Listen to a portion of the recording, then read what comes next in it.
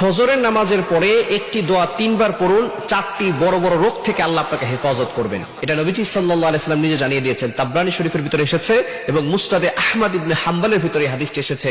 নবীজি সাল্লাল্লাহু আলাইহি ওয়াসাল্লাম চমৎকার একটি দোয়ার কথা বলেছেন যে বড় বড় চারটি রোগ থেকে আল্লাহ হেফাজত করবেন। তার ভিতরে এক নাম্বার হচ্ছে আপনার ব্রেন নষ্ট হবে না, ইন্টেলেকচুয়াল পাওয়ার। অনেকের দেখবেন মেধা শক্তি কম, এই মেধা শক্তি কমে যাবে না, তার ব্রেন নষ্ট হবে না, পাগল হবে না, পাগলামি মাতলামি ভাব তার ভিতরে আসবে না। সুতরাং এই দোয়াটা অবশ্যই পড়া দরকার।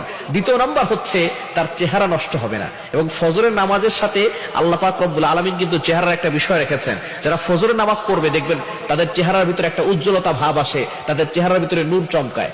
এই জন্য আমরা অনেকেই ফজরের নামাজ যারা পড়বে তাদের ভিতরে দেখবেন এই নূরটা থাকে।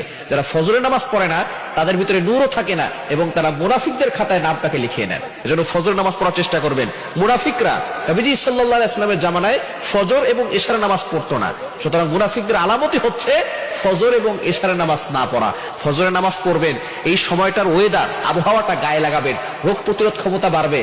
এই জন্য ডক্টররা যারা আছে তারা দেখবেন তারা বলে যে সকালবেলা হাঁটবেন। তো অনেক রোগী আছে সকালবেলা হাঁটতে বের হয় কিন্তু ফজরের নামাজ পড়ে না। ফজরের নামাজ পড়বেন, নামাজের ভিতরে সওয়াবও আছে, মর্যাদাও আছে, গুনাহ মাফও আছে, সাথে সাথে শরীরের একটা ব্যায়াম হয়ে যায়। নামাজের মতো এরকম ব্যায়াম আর শরীরে নাই। নামাজের মতো এরকম ব্যায়াম অন্য কোনো ব্যায়ামের ভিতরে পাওয়া যায় না। পুরা শরীরের একটা ব্যায়াম হয়ে যায়। দাঁড়াবেন, রুকু করবেন, রুকু থেকে দাঁড়াবেন, সেজদা যাবেন, বসবেন, পুরা শরীরের একটা ব্যায়াম হয়ে যায়। সুতরাং দ্বিতীয় নাম্বার হচ্ছে আপনার চেহারা নষ্ট হবে না যদি আপনি ফজরের নামাজের পরে এই দোয়াটা পড়তে পারেন। এবং তিন নাম্বার হচ্ছে আপনার চোখের জ্যোতি কমবে না, চোখের জ্যোতি ঠিক থাকবে এবং চামড়া নষ্ট হয়ে যাবে না। এবং চার নাম্বার হচ্ছে শরীর অবশ হয়ে যায় অনেক সময়, এই শরীরে দুর্বলতা থাকবে না, শরীর ফিটফাট থাকবে। আল্লাহ পাক রব্বুল আলামিন শরীরের ভিতরে বরকত দান করবেন। এজন্য ফজরের নামাজের পরে এই দোয়াটা পড়ার চেষ্টা করবেন।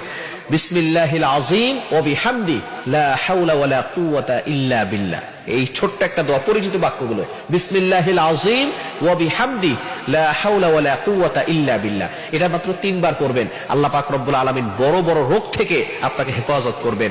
আপনি যখন আল্লাহর নামে শুরু করছেন দিনটা, নামাজ পড়লেন, আল্লাহর ইবাদত করলেন। আর ফজরের নামাজ যারা পড়ে নবীজি সাল্লাল্লাহু আলাইহি সাল্লাম জানিয়ে দিয়েছেন তারা আল্লাহর জিম্মায় চলে যায়। বলেন সুবহানাল্লাহ।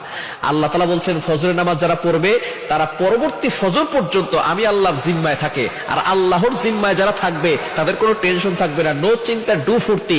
তারা দুনিয়ার ভিতরে যত কাজ করুক না কেন আল্লাহ পাক রব্বুল আলামিন সকল ধরনের বিপদ থেকে আল্লাহ তাদেরকে হেফাজত করবেন। এজন্য ফজরের নামাজ পড়বেন, নামাজের পরে এই দোয়াটা পড়বেন, বিসমিল্লাহিল আযীম ওয়া বিহামদি লা হাওলা ওয়ালা কুওয়াতা ইল্লা বিল্লাহ। এই দোয়াটা তিনবার পড়বেন। আল্লাহ পাক রব্বুল আলামিন আপনাকে বিপদ আপদ থেকে হেফাজত করবেন, বড় বড় চারটি রোগ থেকে আল্লাহ আপনাকে হেফাজত করবেন। সুতরাং আল্লাহ যদি হেফাজত করেন দুনিয়ার কোনো শক্তি আপনাকে ক্ষতি করতে পারবে না। সুতরাং ইয়াকিনের সাথে, বিশ্বাসের সাথে এই দোয়াটা তিনবার পড়বেন ফজরের নামাজের পরে। আল্লাহ তাআলা আমাদের সকলকে আমলটি করার তৌফিক দান